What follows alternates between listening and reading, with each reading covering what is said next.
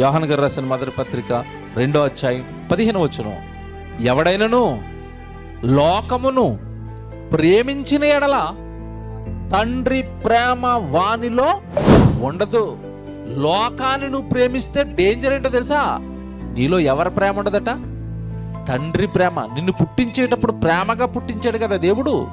నిన్ను పుట్టించేటప్పుడు తన మనసు ఇచ్చి పుట్టించాడు కదా. పుట్టించేటప్పుడు నిన్ను యథార్థంగా పుట్టించాడు కదా. ఆ ప్రేమ నీలో చచ్చిపోద్ది లోకపు ప్రేమలో పడితే. ఈ లోకపు మాయలో పడితే దేవుని కూడా ప్రేమించలేవు. దేవుని ప్రేమ నీలో ఉండదు. ఏమంటే దేవుడికి అన్యాయం చేసిన ప్రతి వాళ్ళు కూడా దేవుడి మీద ప్రేమ లేకే దేవుడు ప్రేమను పోగొట్టుకునే చేశారు.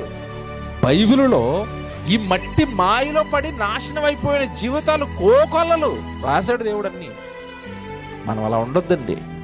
ఈ లోకపు మాయలో మనం పడద్దు.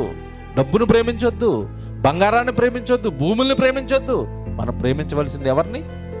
దేవుడిని. మనం అలా దేవుడిని ప్రేమిస్తే ఈ లోకపు మాయలో నుండి బయటకు వస్తాం. అలా వస్తే పరలోకాన్ని మనం సంపాదించుకుంటాం.